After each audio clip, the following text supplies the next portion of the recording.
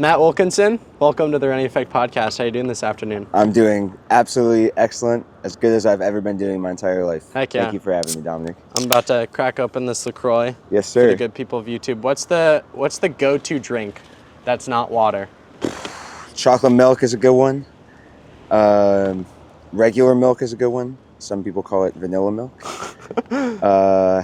Yeah, love Olipop. But Olipop, okay? yeah, maybe they'll sponsor me now that I said that. Okay. Yeah. Let's make it happen. The executives of Olipop listening. So chocolate milk, I know the people that like chocolate milk are like very brand specific. Some people like specific brands. Like there's True Moo, there's like Kroger brand.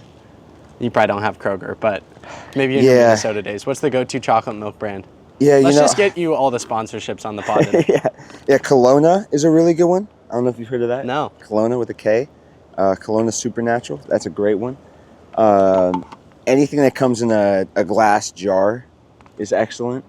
You got to pay the bottle deposit, but it's worth it. It's true. In terms of the more common ones that you might see here or there, I love a good Nesquik. I love True Moo. Shamrock Farms is the one that we have out in Flagstaff. That's the more budget one, which is it still slaps. Do you feel like when something's in a bottle, like I feel like people love bottled products and they say they're like superior, but do you think that's purely because they're in a bottle or the taste? Like how much do you think the bottle elevates the experience? It definitely elevates the experience, just the fact that it's a glass bottle. But yeah, if it's in the glass bottle, it normally indicates that it's from a local dairy or something like that, which that's normally the really good stuff. Is it's more of a local, top tier, smaller. Yeah. Let's talk about last night. How do you celebrate sir. making the Olympics? Yeah. What time did you go to bed, first off? Got to bed around 5. Okay. And not because I was out partying all night, which I did do a little bit of that too, but I got home and I was trying to go to bed and I just realized I got like 1,000 texts on my phone and Instagrams and stuff. It started going through them a little bit.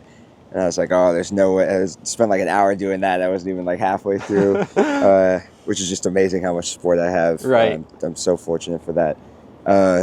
But yeah, and then I just did a lot of thinking and just ruminating on how far we've come and kept me up. I think to the outside world, this seemed like a breakthrough and a shock, but I mean, maybe based on like your face, it was a little bit of a shock, but It seemed like you knew you had it in you. I was talking to Will Lear. He said he had a great feeling about it going into the night.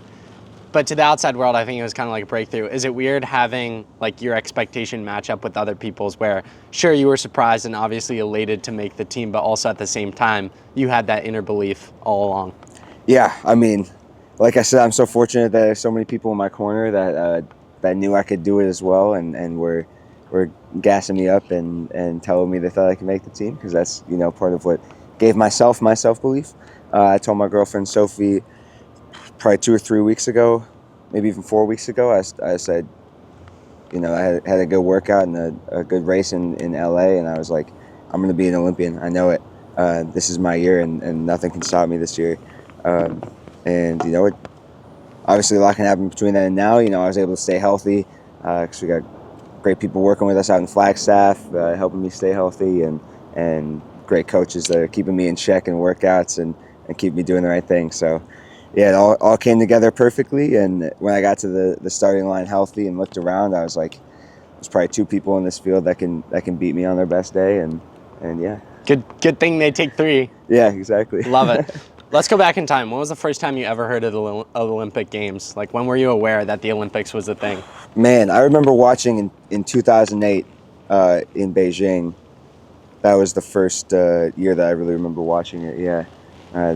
Can't say I ever thought, like, oh, it's going to be me one day. But, right. Yeah, I just remember watching, like, Michael Phelps, I think, yeah.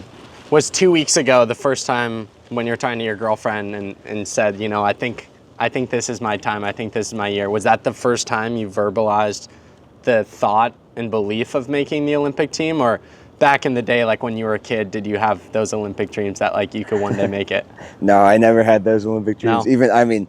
Even in college, I didn't have those dreams. My dream was just to be a professional runner and be able to chase my dream for a living, which I was able to do. And then really last year at the U.S. National meet when I placed sixth, that's when I was like, man, I only got to beat 3 more people. Obviously, I still had a lot of work to do at that point. I knew that, but that's kind of when I really was like, we should give this a shot full time next year and give it everything we can and try to qualify for Paris. And so glad that I did that. Correct me if I'm wrong, but literally a year ago, you were in college at the University of Minnesota, and now a year later, like you didn't just make the Olympics, but like you're a professional runner, you're living out that dream. How full circle is it to think back to even just a year ago and how you're living out so many of your dreams? Yeah, it's incredible. I mean, at this time last year, I was looking for jobs. I had just finished grad school. I got my master's in public health. That's what I was planning to do full time, and then I was gonna maybe move to Flagstaff or Boulder and just kind of train on the side. I wanted to go professional, but didn't quite have the interest that I was hoping to have. And then I had that breakthrough meet at USA's last year, got sixth. That's when Coach Haas kind of let me know that they would be interested in having me out to Flagstaff, and he afforded me this amazing opportunity to come out here and run for him and train with him and get to train at altitude in Flagstaff, which has made a world of difference. I think so many people think that like to make the Olympics or even become a professional runner, you have to like be the top guy in your state in high school. You have to be smashing records. These days, it's like you have to break 4 minutes in the mile. Yeah. You got to go to like the prestigious D1 school. You kind of like check all those boxes the opposite. You go D3, the last year of D1, you don't even think you're going to make, a professional running team. What would you say to like kids out there listening who aren't necessarily where they want to be, but they still have those dreams, but they're not quite there? Prove them wrong, man. Prove everybody wrong. Prove yourself wrong. I don't think there's a lot of people who would have thought that I was going to get to this level, especially within the running circle that, the coaches I was reaching out to that weren't responding to my emails, or, the people that were kicking my butt in high school and in the early years of college. But it's not about being really, really good and really, really talented. It's about having good, consistent growth year after year. The way I've gotten to this point is I've PR'd every single year, and I've laid out for myself very reasonable goals that I could meet and exceed every single year. And so, just going from being a 15 flat 5K guy to a 13:30, and I think now I can probably run closer to 13:10. But doing that not all in one race and trying to go from 15 to 14, but being like, okay, I'm going to go 14:50, 14:40, 14:30, and then having kind of that long-term vision of I don't need to be great right this minute, but by the end of my college career, I want to be somebody that's competing for national championships, and knowing what kind of checkpoints I have to hit to get to that point.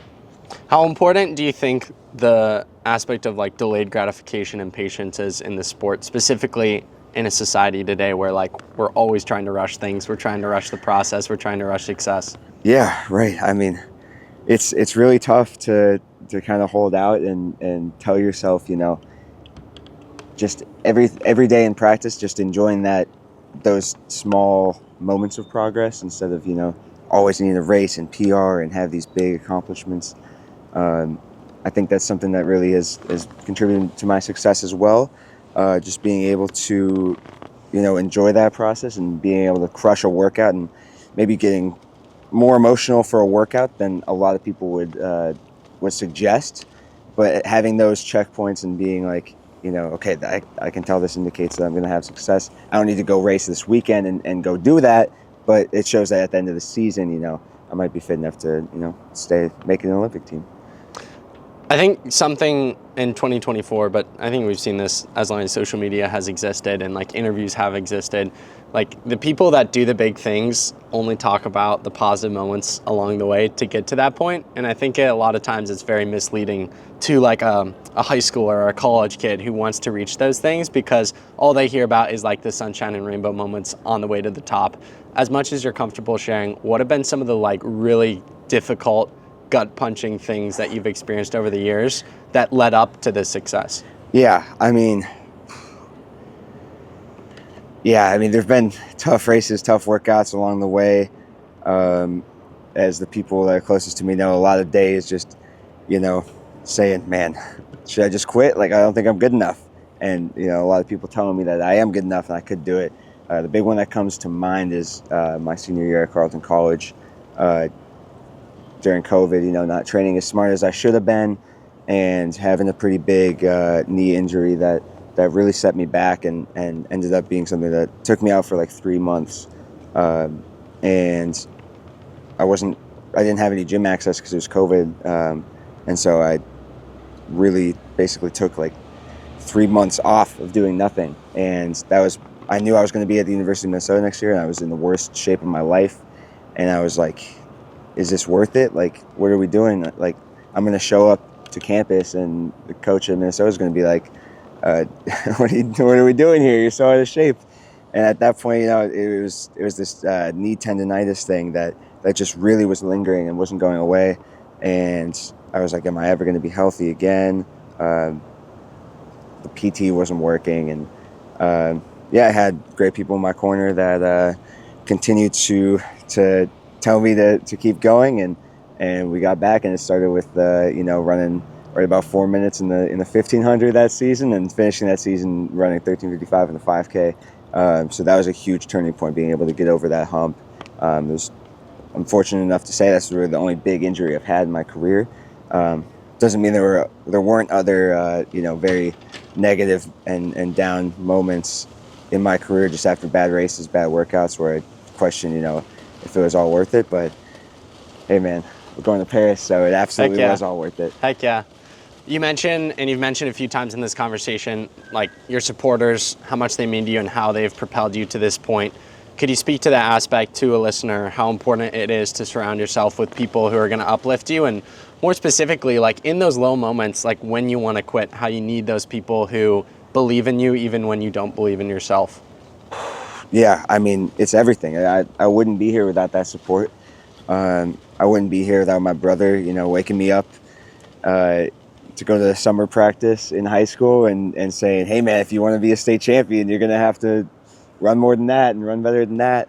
And my girlfriend, Sophie, who was there when I had never even tried a steeplechase before, and kind of giving me the motivation the whole way to say that you could be something great. And then, just all my friends and teammates that saw greatness in me way before I ever did, and coaches as well.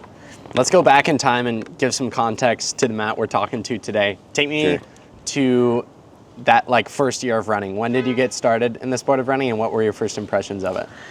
Yeah, so I started in 8th grade. I ran track, but I was also doing the high jump. I thought I was more of a high jumper. I jumped 5 feet and ran 5:30 in the mile. And I was going to high school that next year, and going to 9th grade. My mom was like, you need a way to make friends, have a social circle. So she was like, you got to do some sort of sport or club or something.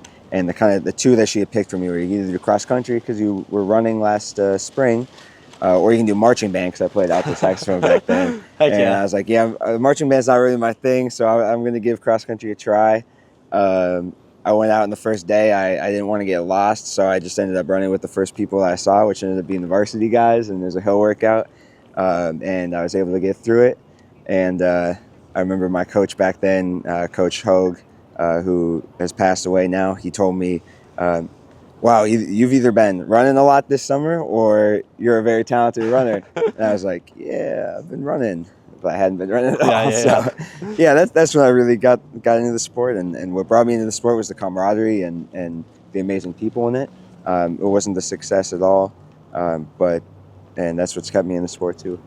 You mentioned a minute ago, it made me smile, your brother waking you up early summer mornings, saying what he said. Have you had a conversation with him post making the Olympics, and how fun are those memories to look back on? Just the different chapters and progressions in the sport to get to this point. Yeah, right. I mean, he fortunately was out here today, or yesterday. He was, I got to see him during that victory lap and hang out with him last night. So much fun to think about how far we've come. And he's a runner himself. Not a bad Division III runner himself. Heck yeah. I mean, he was posting pictures of us as little kids right before we ever started running, and being like, man, how how did we get this far? It's just crazy to think about, yeah. So many people that don't go D1, I think, don't run in college at all, or when they go to a D2 or a D3, they almost like lose the belief that they can make those big dreams come true, whether that is eventually go D1 or make the Olympics or even make the trials, which is an incredible accomplishment in and of itself. Can you take me through your D3 experience? I think you were a 2-time national champion, D3, and how you feel like it, I don't know, built you up as a person and runner rather than like throwing yourself into the fire right away with D1. Yeah, absolutely. I mean, just one thing is I think if I would have came out, so my first steeplechase ever ran 9:39, a lot of D1 schools, I would have seen that and I'd been like, you're not good enough at this event. Yeah, we're going to try something else. Mm-hmm. So the fact that I was in D3 allowed me to keep pursuing the steeplechase. But even more than, just becoming a good runner at the Division III level is I learned how to become a good competitor. Because, we would go to all these meets and basically I would just try to, win everything and win anything that I could. I lost a lot in my first couple of years. But I remember I had a teammate back then and a training partner who told me, essentially life's too short to not try to win everything. And so, yeah, it really taught me how to win races and be competitive. And even though I was running really well at the Division III level, didn't necessarily have the times that showed where my fitness was at. And immediately when I went to Division I and ran in those big meets, the Brian Clay type meets, the BU type meets, I was PRing by 20 seconds at the time, and people were like, "Where did this come from?" And be like, "Yeah, I mean, I was running 20 seconds slower in D3, but right. I was winning the race, and I was doing all the work from the front, and learning how to be competitive is what led me to beat guys that were better than me at the Big Ten level and at the national level in Division I, and that same competitive nature is what led me to take the lead of the race yesterday with 3 laps to go and just trusting that gut instinct about racing. Do you feel like going D3 and your unconventional path to where you are today has given you a chip on your shoulder, or even in college, do you feel a chip on your shoulder to like go D1 and then take you to the next stage? Absolutely. Yeah. It's something I think about all the time is the coaches that told me I wasn't good enough and or didn't tell me anything and just ghosted me in coming out of high school. Not that they had any reason to necessarily believe in me based on the times I was putting out, but it's a huge motivator just being able to say, not just for myself as somebody that could have done great things, but also just saying to those people, hey, give those kids a chance that you maybe wouldn't have looked at as much because they might turn into something great as well. I think I get this DM all the time. People who listen to the podcast always ask us, what does it take to be great? They listen to people like you on the podcast and they want to get there one day, but they're not quite sure what it takes. Someone listening, what does it take to be great? Yeah, I think what I kind of mentioned earlier in the interview about just consistency, not 1 week of consistency, not 1 season of consistency, but a career of consistency. I haven't missed a day running that I didn't intend to take off in years. And since I moved out to Flagstaff to train professionally about a year ago, I've taken 3 days off that were planned after the indoor national meet. And not that you have to run every day always to be good, but what I'm saying is you're setting out a plan for yourself and you're following that plan exactly. But also having fun with it along the way and not being too wound up about it and knowing that, if stuff doesn't go your way, it's fine.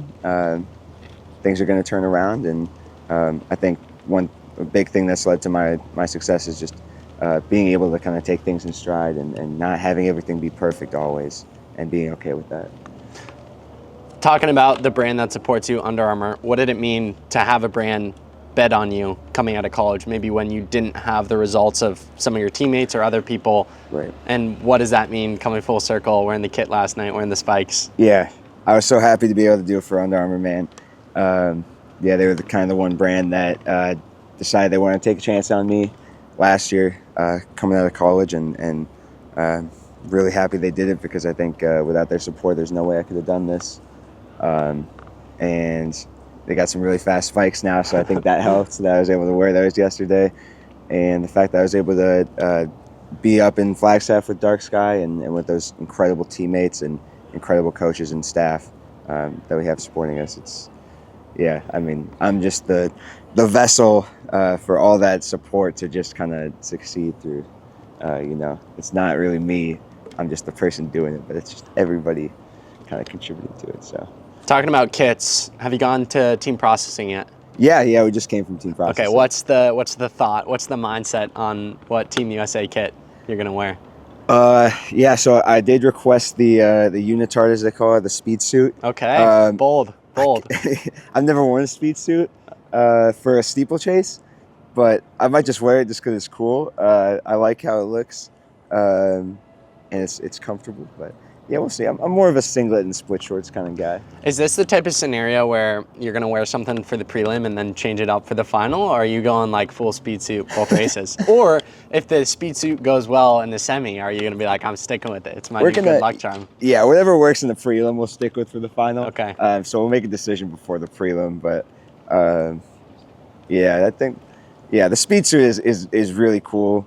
The singlet it's a little bit like Comic Sans type font, but the speed suit's got this like cool stripe design. So I feel like the kit's got so much hate this year. What's your take on them? Yeah, I mean I don't hate them as much as people were giving them.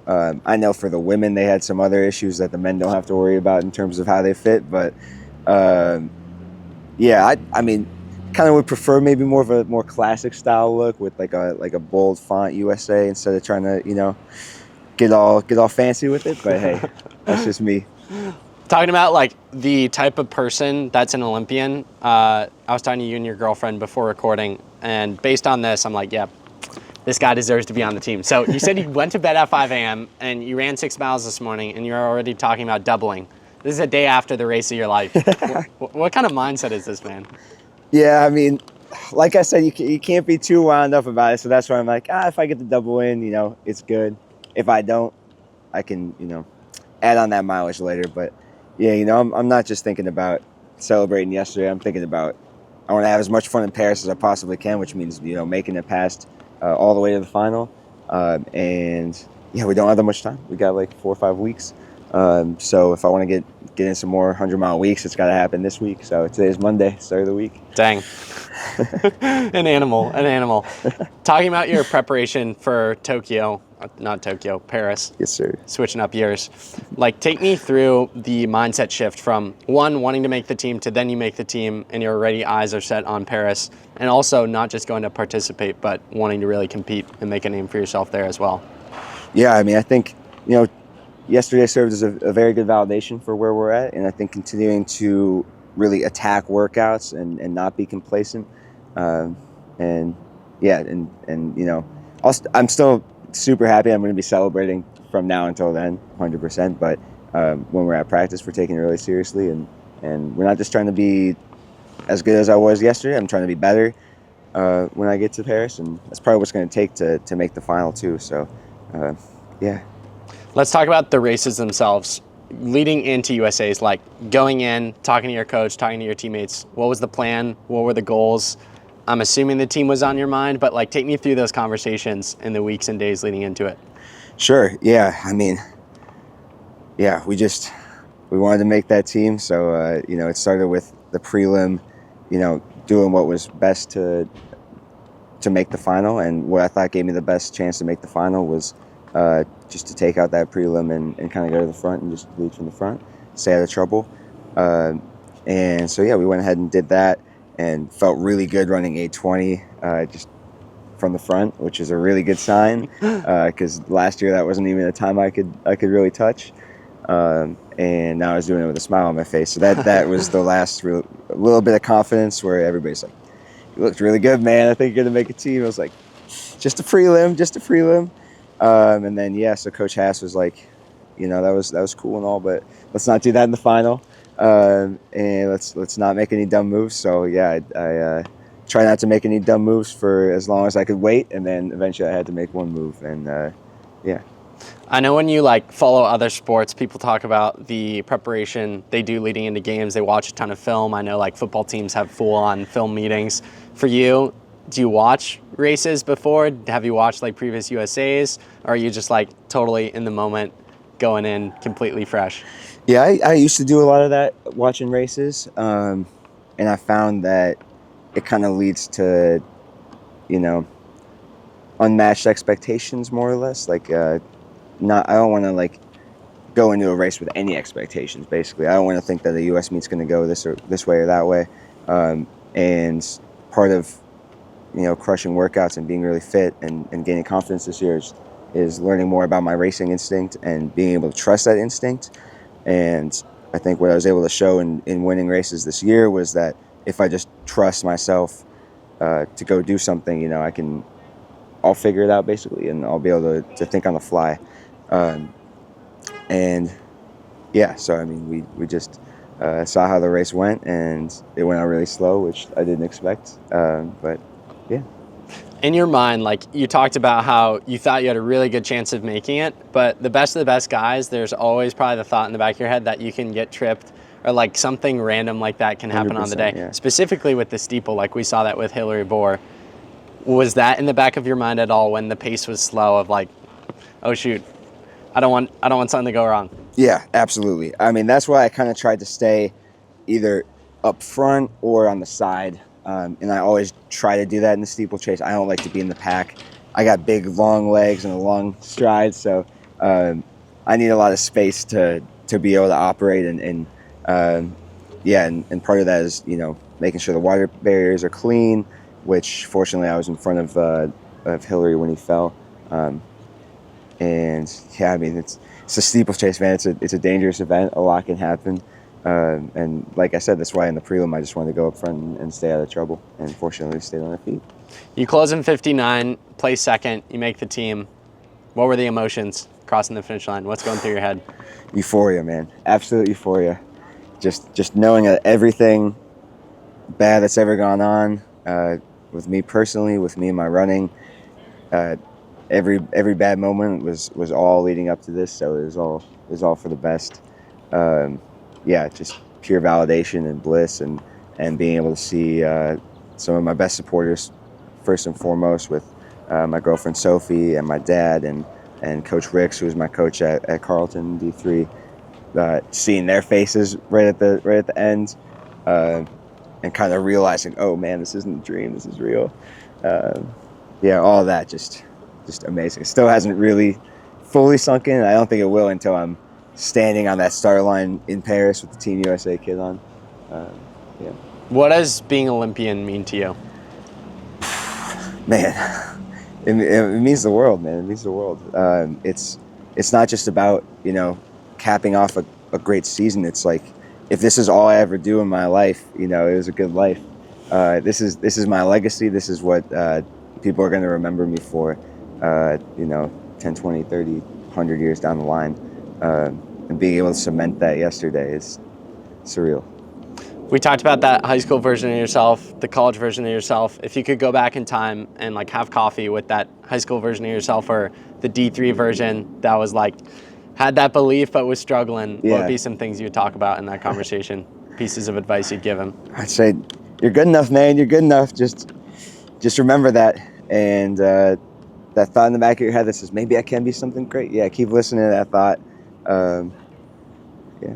I love it. Closing out this conversation, something I do on very unique episodes, and this is certainly one of them, is like, it's a cool thought that as long as like YouTube, Apple Podcasts, Spotify are up, like anyone can listen to this conversation. Like if you have grandkids one day, they can listen to this. And something I like to do is like capture the raw feelings of someone in that moment. So we're recording this on Monday, June 24th, the day after you make your first Olympic team at 2:32 p.m. Putting whatever you want to in a time capsule, what do you want to tell the world at this moment about how Matt is feeling? I mean, yeah, it's amazing. Can't say that enough. Hope it never ends, man. Today has been exhausting. I'm running off 2 hours of sleep. I've been doing something back to back all day, but it's all just purely amazing, and wouldn't trade it for the world. And yeah, I hope it always feels like this. One final serious question for you. For those listening, watching out there today, what would be the final piece, takeaway, message you want to leave with them? I know it sounds corny, but just keep going, man. Keep believing in yourself. Keep dreaming. It might not come through how you envisioned it, It's probably not gonna happen how you envisioned it, but that's for the best. That's how we learn. That's how we grow. And one day you're gonna look back on it and say it was all worth it and it was all for the best. Final question for you. The question I ask every guest on every single episode. If you had Gordon Ramsay coming over to your house for dinner, what would you choose to make for him? Oh no.